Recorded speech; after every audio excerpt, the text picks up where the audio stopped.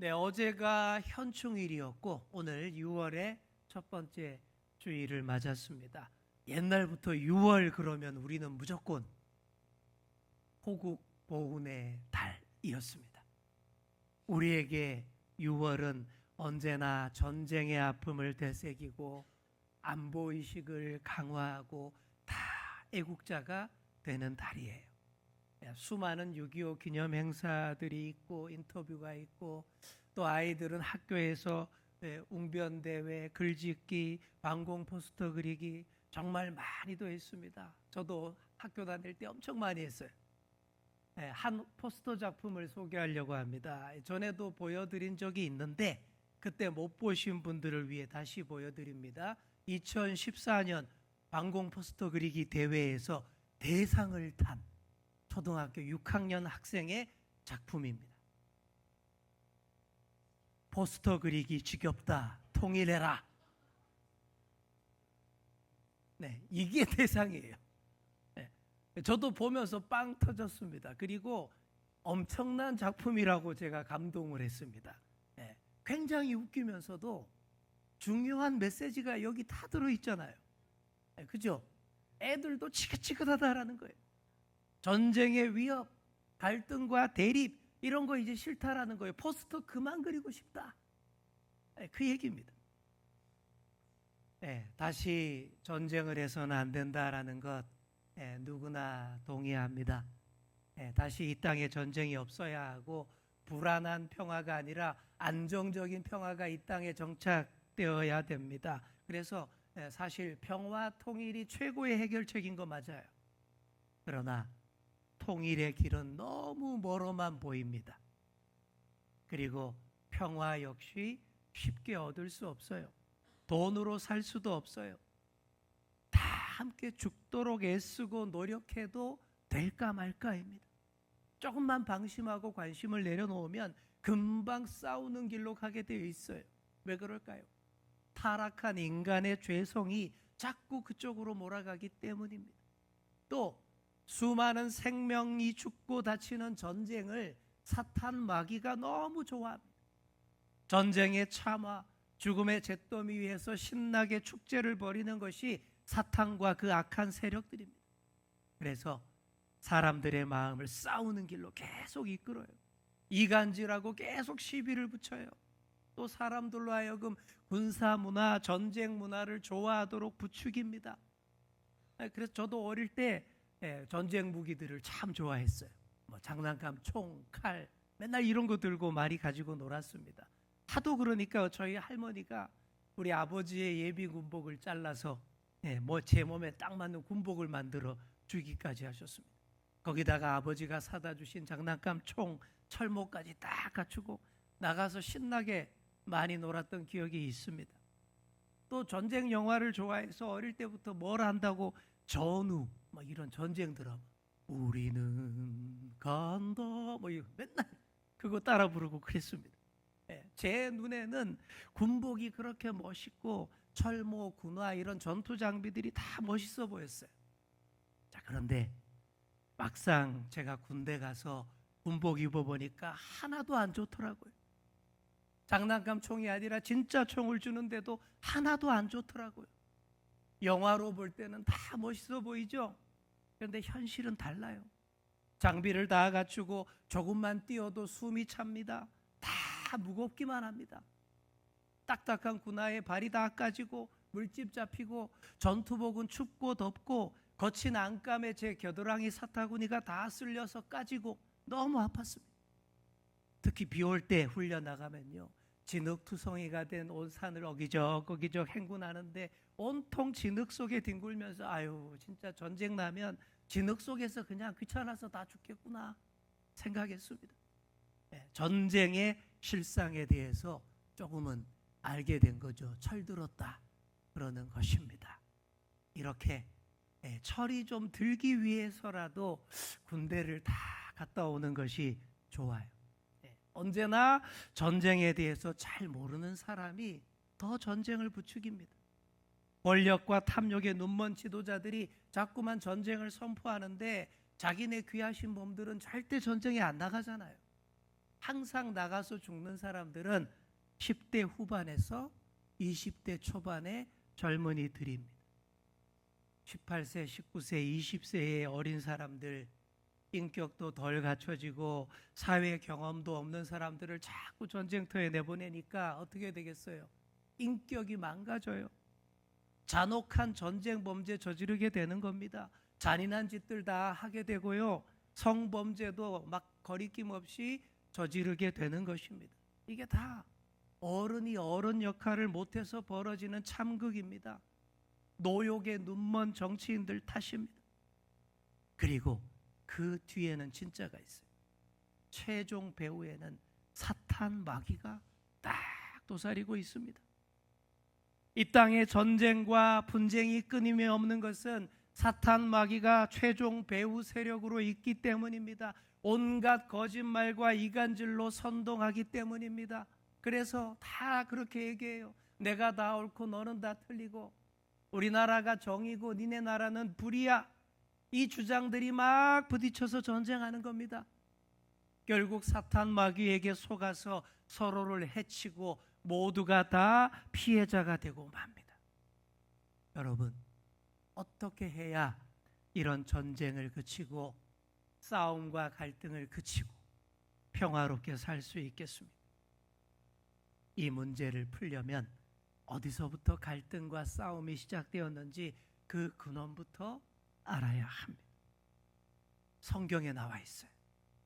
인류 최초의 분쟁은 가인과 아벨의 싸움이었습니다. 친형제끼리의 싸움이었어요. 결국 형이 동생을 무참하게 살해합니다. 아이러니하게도 이 비극은 하나님께 예배드리는 데서 시작됐습니다. 하나님께서 가인의 제사는 받지 않으시고 아벨의 희생제사 예배만을 기쁘게 받으셨잖아요. 그 상황을 가인이 견디지 못한 것이죠. 여러분 잘 생각해 보시기 바랍니다. 여기서부터 우리가 배워야 됩니다. 모든 갈등과 싸움의 근원은 하나님과의 관계에서 시작된다라는 사실입니다. 사람들이 미워하고 싸우는 근본적인 이유가 뭘까요? 하나님의 사랑을 받지 못한 데서 비롯된 겁니다. 이게 진짜 근원, 진짜 이유입니다. 바꿔 말하자면 모두가 하나님의 사랑을 너무나 기대하고 받고 싶어하고 바란다라는 거예요. 그런데 거기에 못 미친다라는 거죠. 이런 사람의 마음을 헤아리고 그 마음을 붙잡아야 된다라는 것입니다. 그래서 분쟁을 그치고 화해하는 근본적인 방법은 하나님과 먼저 화해하는 것입니다. 자, 우리 한번 옆 사람에게 얘기해 주겠습니다. 하나님과 먼저 화해하셔야 합니다. 아멘. 하나님과 먼저 친해져야 돼.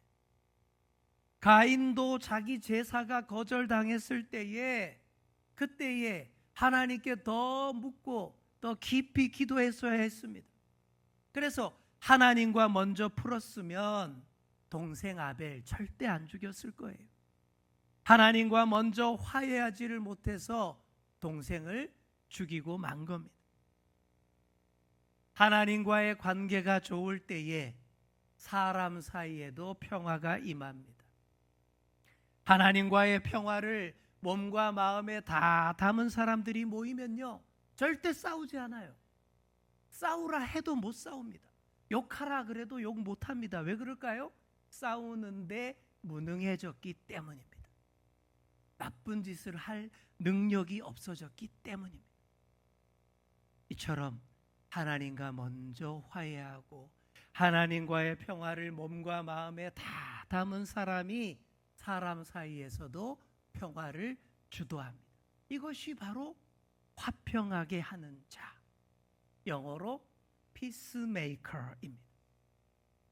산상수훈 8복 중에 7번째 복이 화평하게 하는 자의 복입니다.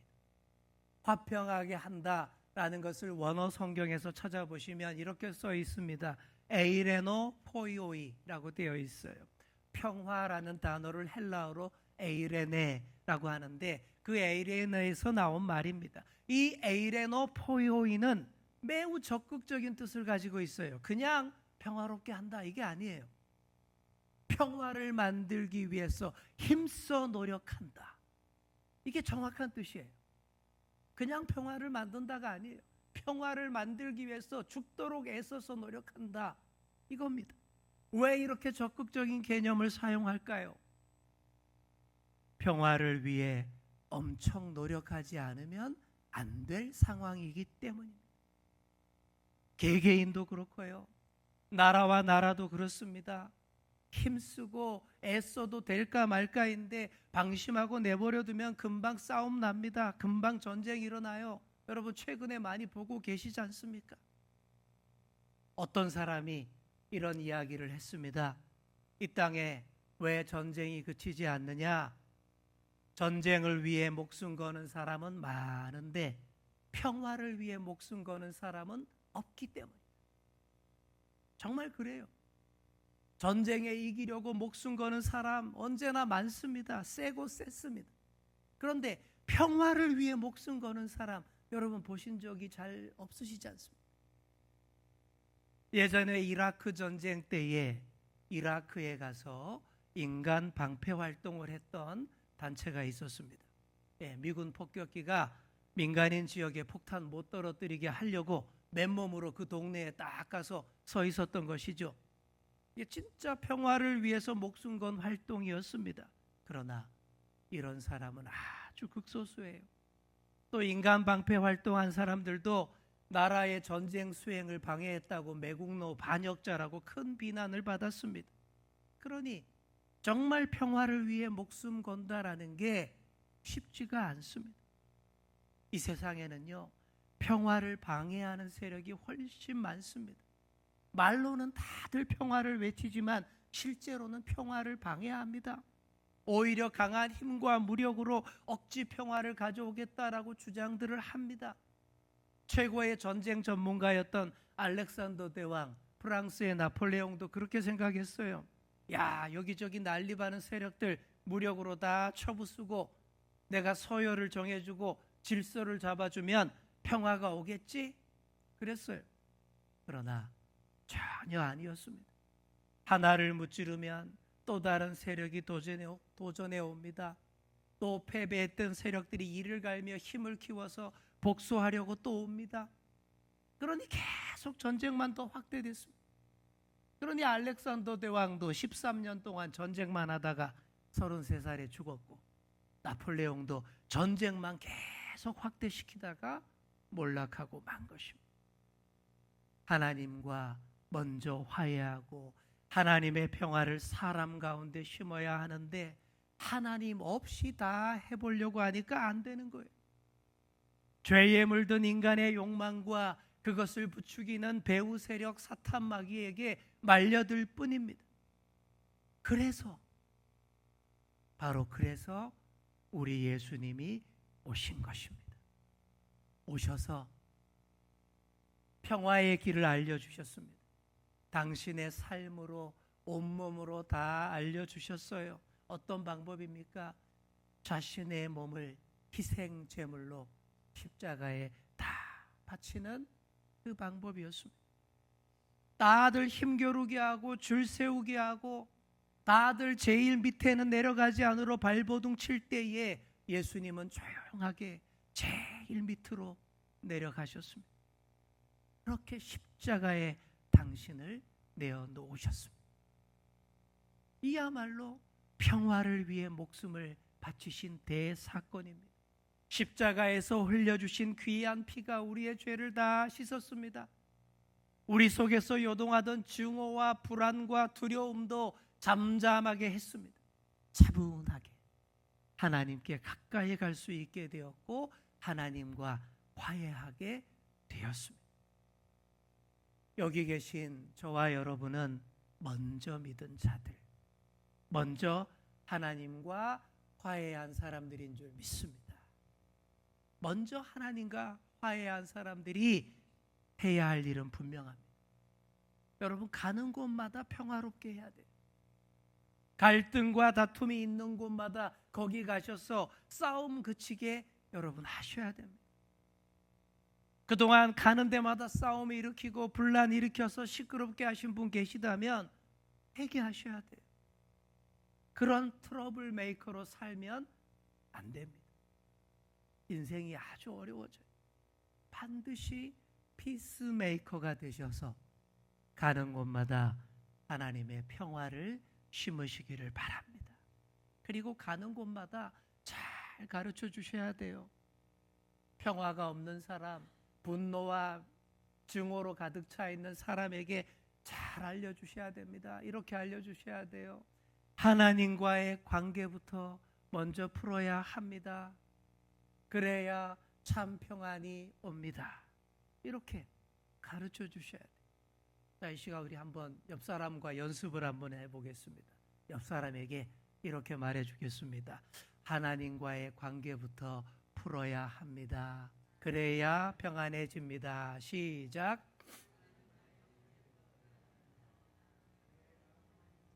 아멘. 그리고 우리 민족의 평화 문제를 잘 풀어야 합니다. 6.25와 같은 전쟁이 또 터지면 다 망하는 거예요. 지금 여기까지 어떻게 우리가 쌓아 올렸는데 전쟁하는 순간 한순간에 와르르 그냥 후진국 되는 겁니다. 어떻게 해야 될까요?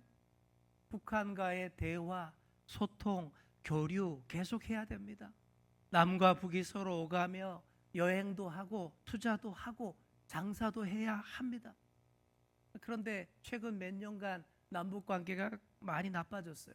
지금은 거의 단절 상태입니다. 가장 최근에 북한의 입장은 이거죠. 남한과 북한은 전혀 다른 나라니까 서로 신경 끄고 간섭하지 말고 각자 알아서 살기다. 최근은 이렇게 돼 있습니다. 원래 버릇없는 막내 동생이 항상 그런 식으로 말합니다. 그런데요, 여러분 그게 다 이런 소리입니다. 야, 우리한테 좀 더 잘해줄 수 없냐? 그 소리예요. 우리 자존심, 비위 안 건드리고 조금만 더 잘해주면 우리도 입장 바꿀 수 있어. 그 소리입니다. 그 소리를 참 기분 나쁘게도 하는 거예요. 외교적 언사가 원래 북한은 그렇습니다. 이걸 잘 알아들어야 되는데 잘 못 알아듣는 경우가 많죠. 그래도 우리가 큰 형님이니 포기할 수 없는 거예요. 버릇없는 막내 동생과의 대화를 계속 시도해야 됩니다. 되는 게 하나도 없어서 소리만 막 질러대는 그 동생네 우리가 형이 한 번 더 찾아가겠다 그래야 돼요. 그리고 가서 잘 보고 투자도 해야 합니다. 그게 전쟁 안 하는 가장 효과적인 방법입니다. 여러분 이렇게 생각해 보세요.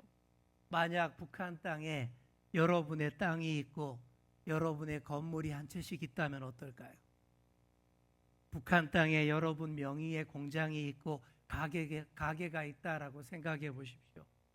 그러면요 절대 전쟁하자고 안 합니다. 그런 게 전혀 없으니까 미사일 쏴도 되고 폭격해도 된다라고 쉽게 생각하는 거예요. 그렇게 전쟁의 위협이 더 높아지는 겁니다. 그렇기 때문에 정말 어렵지만 말도 진짜 안 통하지만 그래도 어떻게 하든 대화하고 어떻게 하든 교류해야 하는 겁니다. 이것이 이 땅에서 전쟁을 그치고 평화를 심는 가장 현실적인 방법입니다. 통일은 천천히 해도 됩니다. 이 땅에 교회와 성도들이 더 깊이 기도해야 합니다. 나라와 민족의 평화를 위해서 잘 쓰임받는 아름다운 교회의 성도들이 되고자 하셔야 됩니다. 그래야 하나님이 원하시는 화평케 하는 자가 될 수 있습니다. 화평하게 하는 자에게 주시는 복이 무엇입니까? 하나님의 아들이라 일컬음을 받으리라 그랬습니다. 여러분 이보다 더 큰 축복이 없어요. 누군가의 아들이라는 말은 그 아버지의 분신이라는 뜻입니다. 당연히 자녀는 아버지를 닮습니다. 그리고 아버지는 자녀에게 모든 것을 물려줍니다. 아들 예수님이 하나님 아버지를 빼다 박으셔서 화평을 위해 이 땅에 오셨고 십자가 지셨습니다. 아버지의 영광을 위해 아들 노릇 제대로 다 하신 거예요. 예수님처럼 우리도 가는 곳마다 화평케 하는 일에 힘써야 합니다. 그렇게 할 때 우리 역시 하나님 아버지를 빼다 박은 자녀가 됩니다. 자, 우리 옆에 계신 분께 이렇게 이야기해 주겠습니다. 아버지를 빼다 박은 아들, 딸 됩시다. 아멘. 아버지를 빼다 박은 아들, 딸이 될 때 주위 사람들도 다 인정하게 돼요. 야, 정말 저분이야말로 하나님의 아들, 딸 맞네. 이렇게 안 믿는 사람들 입에서 하나님의 자녀라는 소리를 들어야 진짜입니다. 문명과 담을 쌓고 있는 어느 한 원시부락의 한 여행가가 방문을 했습니다. 온통 울창한 밀림으로 둘러싸인 한적한 동네에서 원주민들이 아주 순박하게 살고 있었습니다. 어느 날 원주민들이 서로 싸우는 장면을 목격하게 됩니다. 뭐가 마음에 안 들었는지 두 원주민이 서로 노려보면서 싸움을 시작을 하는데 특이한 것은 손에 들고 있는 무기였습니다. 봤더니 창도 아니고 칼도 아니에요. 기다란 새의 깃털입니다. 그 깃털을 가지고 상대를 공격하는데 막 간지려서 먼저 웃게 만드는 사람이 이긴다라는 거예요. 어떻게 하겠습니까? 서로 앉으려고 막 웃음을 참으면서 깃털로 막 싸우는데 금방 분노의 마음이 가라앉는데요. 그래서 먼저 웃은 쪽이 졌다라고 말하면 상대방도 같이 웃으면서 어깨동무를 하고 돌아간다라는 거예요. 이 장면을 본 여행가가 물었습니다. 아니 이거 혹시 관광객에게 보여주는 쇼 아닙니까? 그러자 원주민 대표가 이렇게 대답을 합니다. 아닙니다. 우리 부족의 전통입니다. 우리는 싸울 일이 있으면 이렇게 싸웁니다. 상대를 먼저 웃게 하면 그게 이기는 겁니다. 상대방의 자존심을 세워주면서 승리자가 되는 우리 부족만의 독특한 전통이지요. 사랑하는 성도 여러분, 저는 세상 모든 싸움이 좀 이랬으면 좋겠습니다. 우리 남과 북이 이랬으면 진짜로 좋겠습니다. 피 터지는 싸움 그치고 대신 웃음꽃 터지는 싸움, 이런 싸움에 힘쓰는 것이 진정 화평케 하는 자가 아니겠습니까? 사랑하는 성도 여러분, 우리 교회가, 우리 성도님들이 또 이렇게 화평케 하는 자가 되어서 하나님의 아들, 딸이라 불리게 되기를 간절히 축원합니다. 기도하겠습니다. 주님, 여전히 이 땅 가운데서는 평화가 없고 갈등과 분쟁, 적대적인 소리들로 가득합니다. 우리가 화평하게 하는 자들이 다 되어서 하나님과 먼저 평화를 이루고 하나님 나라 백성답게 몸과 마음으로 익힌 하나님의 평화를 이 땅 가운데서 실천하며 살게 하여 주옵소서. 가는 곳마다 평화를 일구며 심는 자 되어 진정 하나님의 아들, 딸이라 일컬음 받게 하여 주옵소서. 감사드리며 예수님의 이름으로 기도하옵나이다. 아멘.